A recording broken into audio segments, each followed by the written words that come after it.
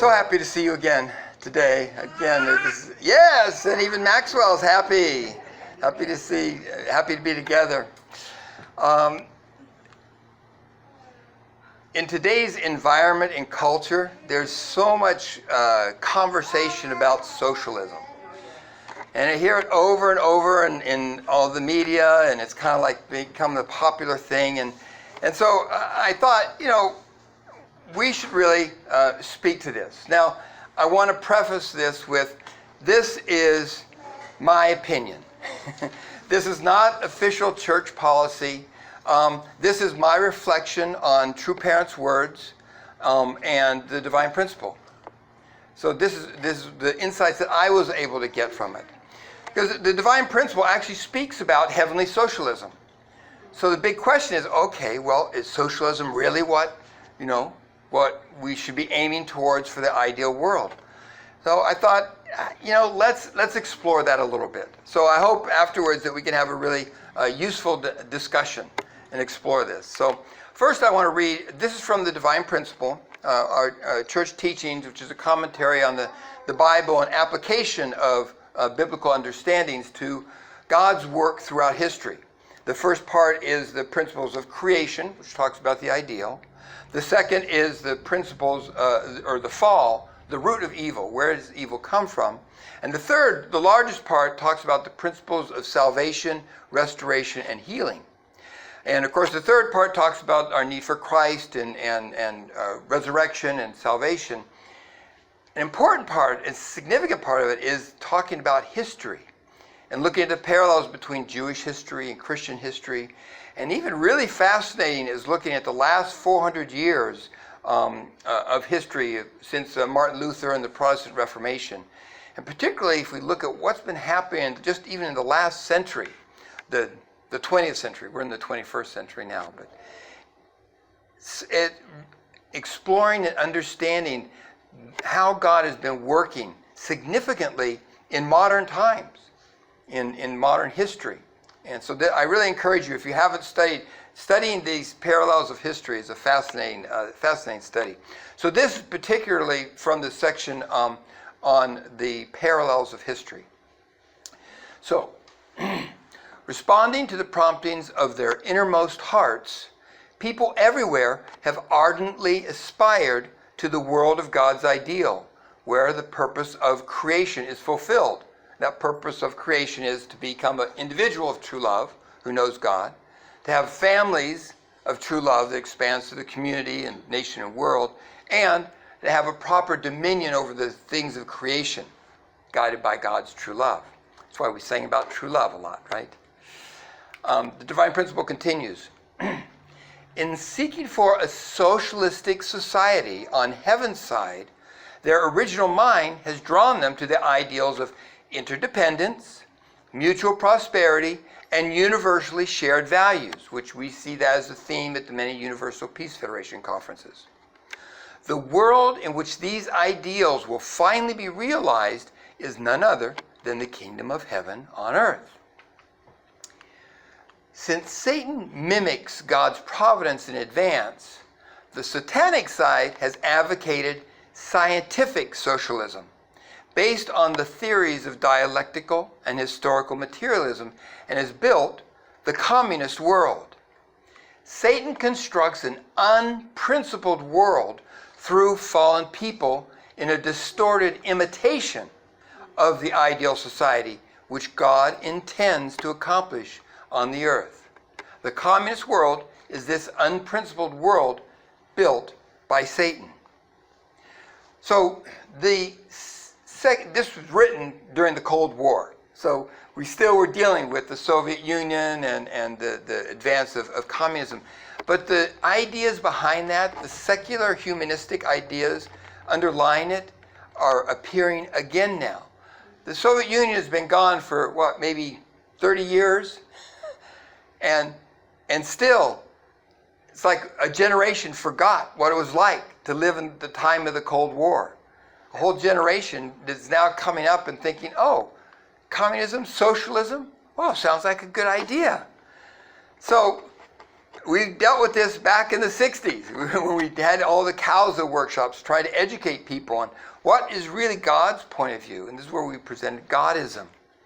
So socialism, especially as Marx and as presented it, the secular socialism idea, is really focused on externally controlling people to get them to do what you think is the right thing.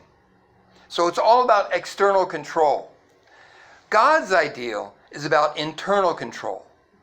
People who don't need the law, because internally we know we do what's right.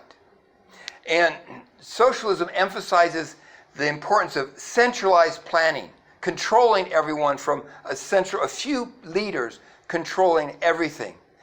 And actually this runs contrary to our original nature for human responsibility.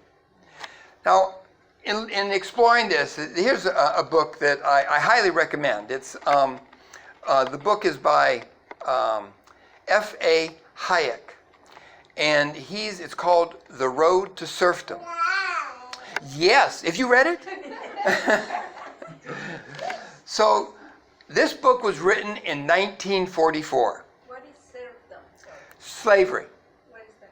Slavery. Oh, slave. Yeah, serfdom is indentured slavery. So the road to becoming a slave is basically what his book was about. And he wrote it in 1944, and even though he doesn't address the spiritual concerns that our unification worldview is, Hayek points out that the very nature of this socialism leads to stifling human creativity and encourages dictatorships. And he's talking about Hitler in Germany, he's talking about fascism in Italy, and he's talking about communism in the Soviet Union. They're all the same. They're all dealing with this principle of socialism. Because even at that time, people were thinking maybe a socialist world would be a better world. It's a way to solve the problems of society. And in this book, I highly recommend it. It's a heavy read. I actually listened to it on audiobook, but he points out how it actually doesn't work because of the fundamental principles guiding socialism. In the end, you always have to have someone controlling other people, someone making decisions. So anyway, I'm going to just touch on a couple of his points, but if you really want to get a lot of insight, I recommend this book.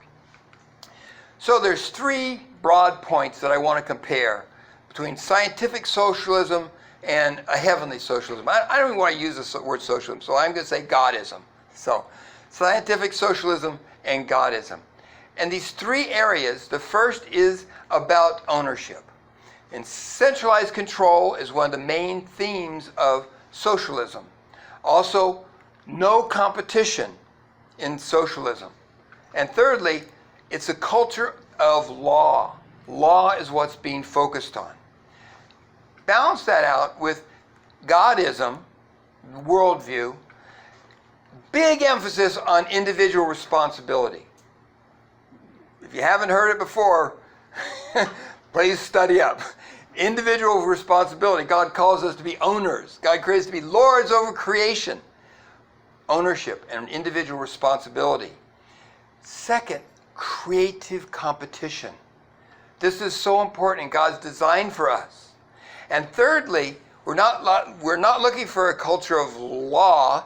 We're looking for a culture of heart. So this ideal society, this, quote, heavenly socialism, requires self-control and goes by the theme of living for the sake of others. Not because it's the law, but because it's centered on our heart. So let me look at these one by one. Ownership. So in the socialist model, there's centralized control and individuals don't own anything. There's this idea that private property is what makes people selfish. If people didn't own anything, then they wouldn't be selfish. That didn't turn out to be true in practical experience. Private property is not the cause of selfishness. Our separation from God is what's the cause of selfishness. also, without ownership and without being in control, we are not responsible for anything. If something doesn't work, not my fault. If something is broken, oh, the government's going to fix it, or some other higher authority is the one that's going to fix it. I'm not responsible. So socialism emphasizes a set of people that's going to control. They're going to make the decisions for everybody else. And we don't have to make any decisions. Sometimes that sounds good, right? I don't have to decide. Of course, there's lots of experiences places where we would probably like to decide. So, we have a potluck every Sunday, right? And everybody gets to bring something different. So you never know what we're going to have because it's a potluck, right? Well, under socialism, no. Every week we're going to have rice and beans. Maybe some kimchi. And that's it. No variety. You'll get whatever we've got. So lack of ownership is a big problem. It's contrary to God's ideal. So from a heavenly perspective, the ideal society is built around individual responsibility. True parents over and over express the ownership is a favorite word.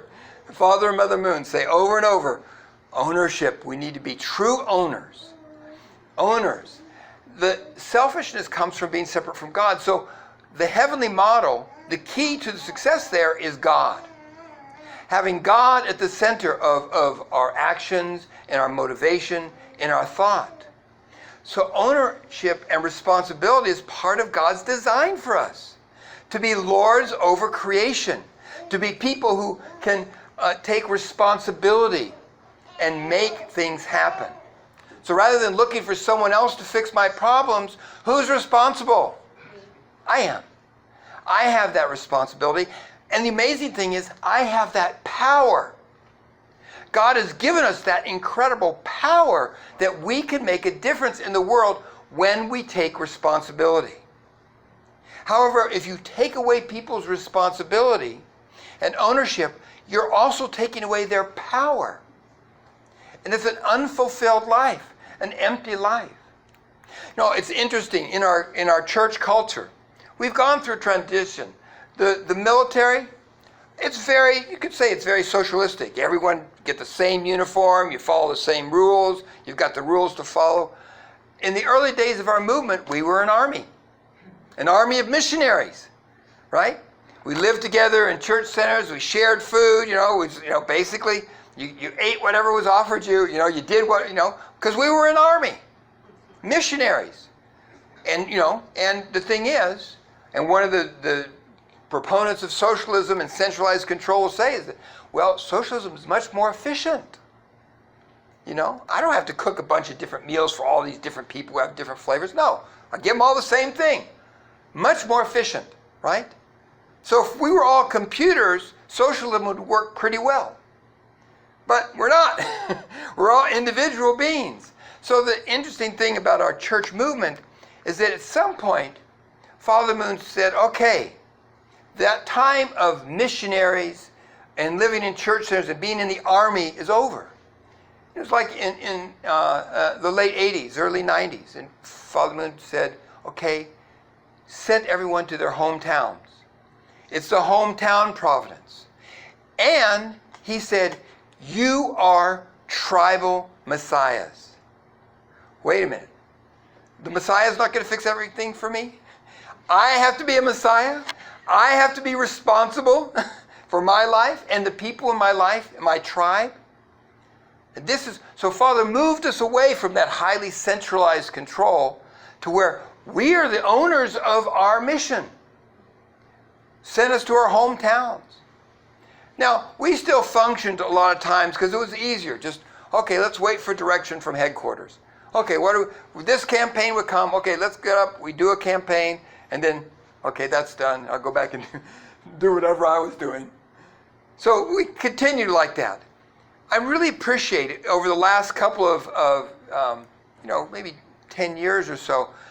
The headquarters leadership have moved more and more away from the central control. Especially our current President Naokimi emphasizing so strongly, headquarters is not going to do it for you. We support having these big programs, but the purpose of the programs is so that you can do local programs. And so you can use your own creativity. Headquarters is now a support to provide extra resources and ideas and like that. But the responsibility is at the local level. And this is a very important transition, especially as we look to be responsible as tribal messiahs. So tribal messiahship, it doesn't make sense in a socialist world. Tribal messiahship is, I'm responsible. I'm the one that has to take care of my environment and the world around us. So instead of the centralized control and everyone gets the same thing, everyone shares. Well, in the ideal, we take responsibility. We are owners of everything. Now, Father Moon emphasizes there's a certain quality of ownership that we're aiming at. Not selfish, greedy ownership. We're talking about ownership of true love. So if I'm an owner, if I'm responsible, then what am I going to do with what I own? I want to make a difference in the world around me. I want to live for the sake of others. This is the key ingredient that's different. Here's a quote from the Chun Sung Gyung. This is from a speech that Father Moon gave called God, the true parent, true teacher, and true owner. It starts off saying, this is what God was probably saying. God would say, I will give birth to you, raise you, and make you an owner. In short, God gives us birth, nurtures us, and establishes us as owners. So it begins with God, this whole idea about ownership. As the owner of the cosmos, God's intention was to make us owners. This is God's original ideal. So the whole idea of socialism, that we should not be owners, we shouldn't have property, but everyone should share everything. You can't pass a law to do that. If you're a genuine owner of true love, then you naturally share. Not because it's the law, because it's in our heart. So, if that isn't enough, in our family pledge, which I encourage you, we should be saying every day, every pledge of the 8 points of pledge starts with, as the owner of Chonoguk. Chonoguk being the heavenly kingdom. Our family pledges, to build the heavenly kingdom. We're the owners. We're the ones taking responsibility. This is the kingdom of heaven that God is talking about. The divine principle is pointing towards. So, next. Creativity. Very important. Creativity. To keep things equal, creativity is actually discouraged in socialism. Everyone should be thinking the same way. And if you have to control people's thinking, if they're thinking off, that's incorrect, right?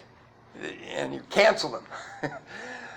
No competition in this kind of environment, because you have to keep things equal. Competition means somebody's got to win. You don't want anyone to be better than anyone else in socialism.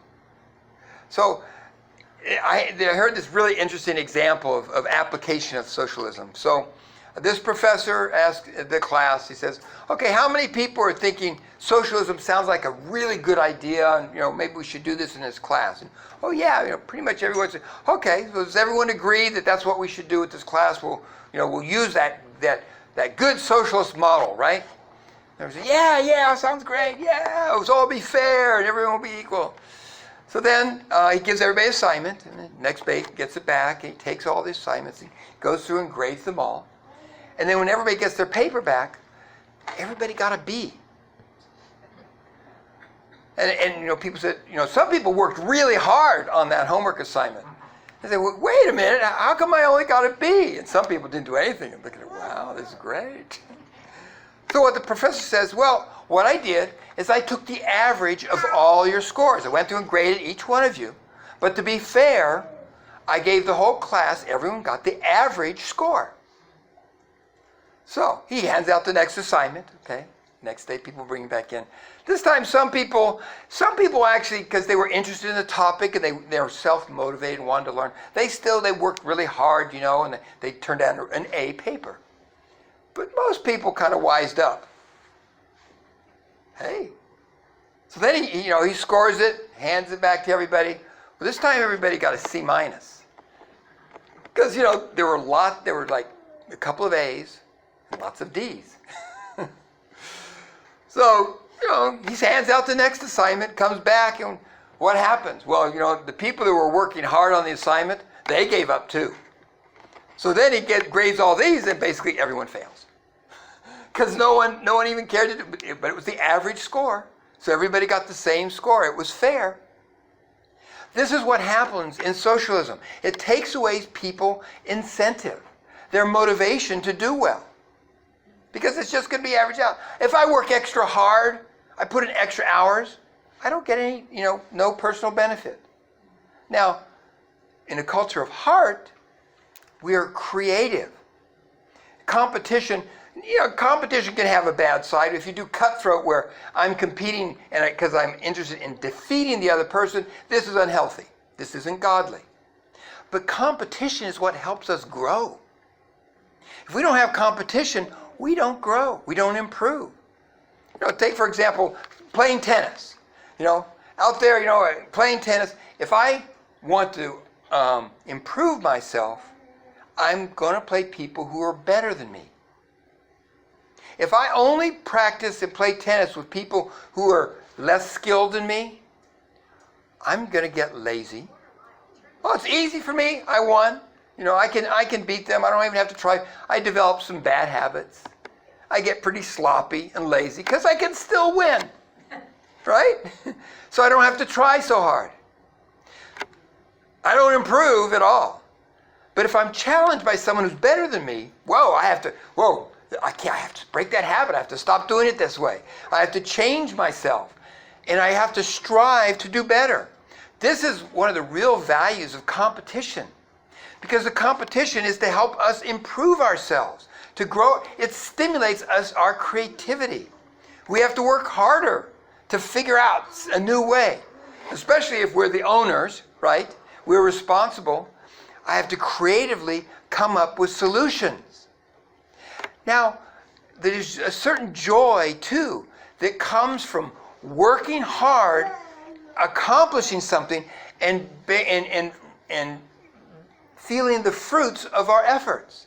There's joy. God designed us that way, that we can feel joy when we work hard and we benefit from our hard work. God designed it that way. It's unnatural for us to work hard and get no value from what we did. Now, in the heavenly world, when we have God at our center, we find joy in making a difference in the world around us. So we don't need to be dominated by greed and selfishness, or I got to beat them. No, how can I be more creative in making them feel loved? Father Moon loves to talk about this. The heavenly competition.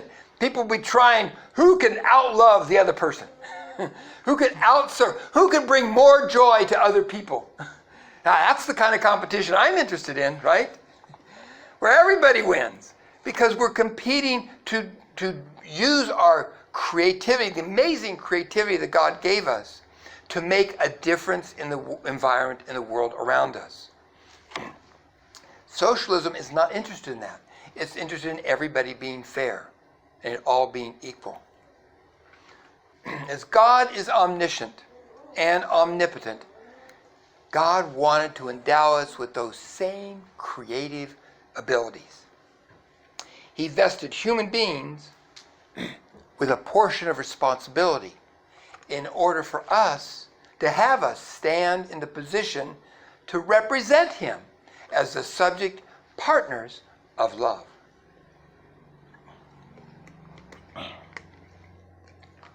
The key point there is love.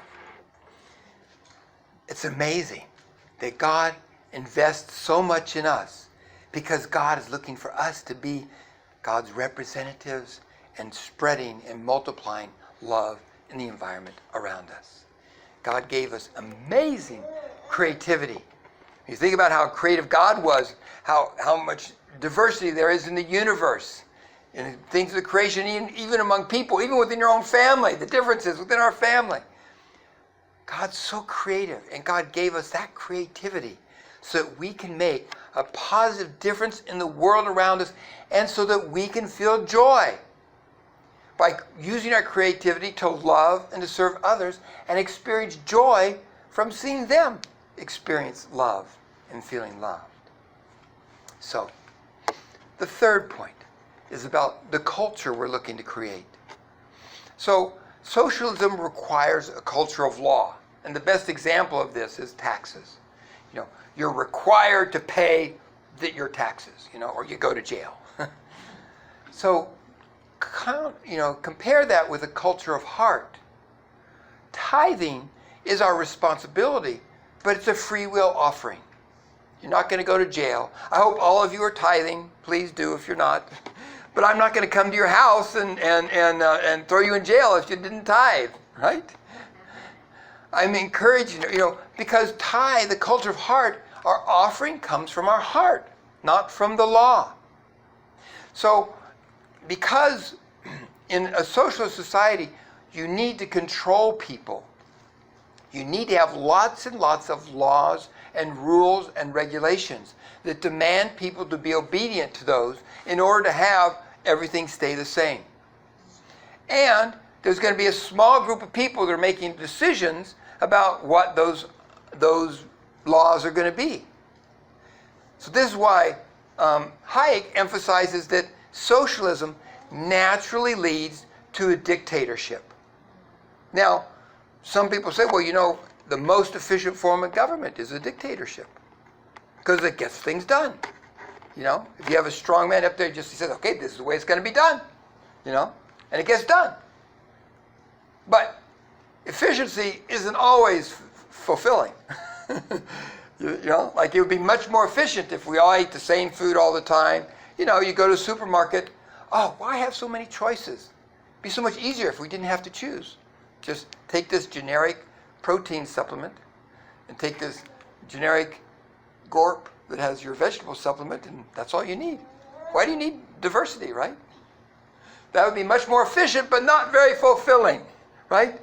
And God's design for the universe is that we experience joy through food, right? Food is love. There's so many ways that we can experience love. The diversity of food, it's wonderful, but it's not very efficient, right? So socialism is aiming for, let's make things more efficient so everyone will have food. So we just take all the food, we put it in a big blender, and then we portion it out to everybody. So no, that's not the kind of world we want. The culture of heart is that we desire to do things that make a difference. So you don't have to demand that people pay their taxes because people want to contribute. People want to, tithe comes from our heart. Our donations come from our heart. And so instead of a culture where people are, by law, you're required to help these people, it's very easy for that culture to become legalistic. It's like, okay, I have a job to do. Okay, quitting time is 5 o'clock. I'm halfway through my job. Oh, sorry, bye-bye. I'm done. The law says I'm done. I did everything I need to do. I can quit.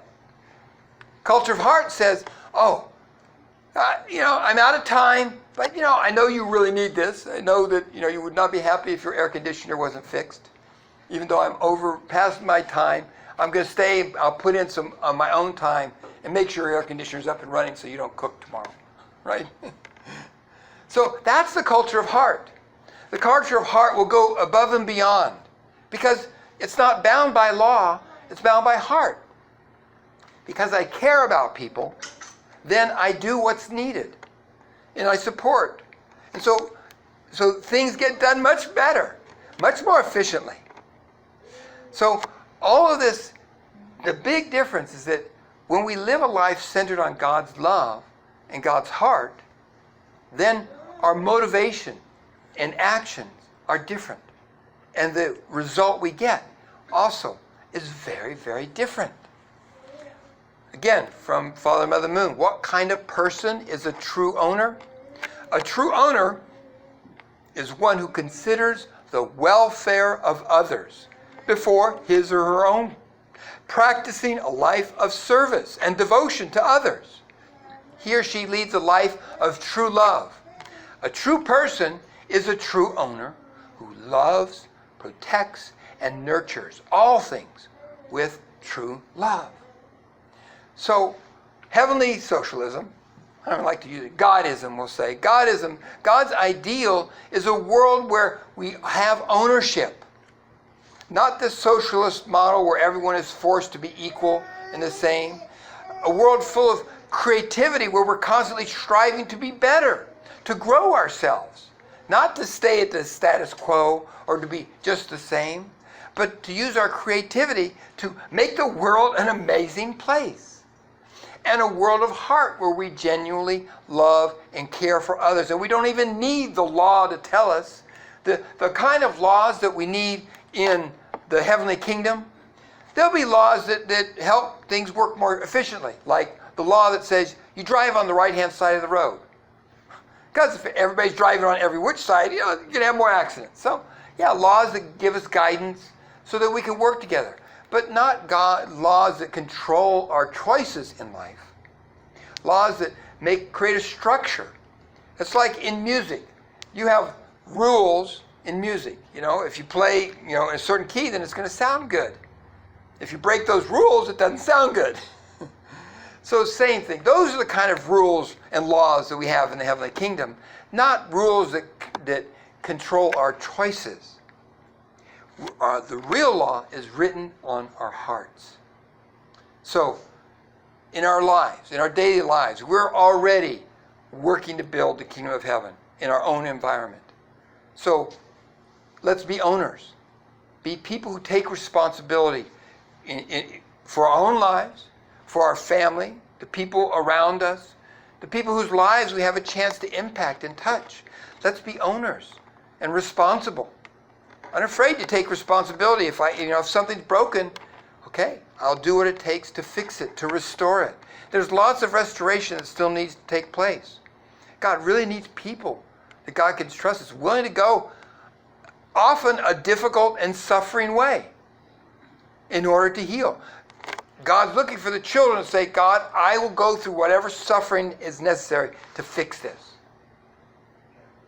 And creativity, so we're continually striving to do things better, but we're applying our creativity. We're not just doing things, without, the expression, instead of paying indemnity, we're paying indemnity. We just do stupid things, right? But no, we're creative in finding ways to make a difference in the world around us. All of this guided by heart, the culture of heart. The heavenly society doesn't need laws to control behavior because heart and God's heart and our love, living for the sake of others, that's what's guiding us in our daily lives. So, in our daily life, already now, we just need to strive to be those people that can make that kind of difference and set an example and even give hope to other people. So, let me close with this from the Chombogyam. In order to become owners of true love, we must lift up others and love them more than we love ourselves. As individuals, we need to establish mind-body unity with true love at the center. In the family, we need to build unity between husband and wife and between brothers and sisters. Then we must unite nations in the same way. Please join me in prayer. Father, Mother God, our loving Heavenly Parent, we are so grateful as we come to understand more clearly your design of creation, the amazing power that you've invested in each one of us, the amazing creativity that's possible when we grow our hearts and become people who can reflect your infinite love, your true nature. Heavenly Parent, we want so much to be those sons and daughters, and we know that you have so much hope and expectation to us. So this morning, as we come before you, we want to open up our hearts to you. Please, Heavenly Parent, open up our hearts even more and enter our lives. We ask for your guidance, for your encouragement.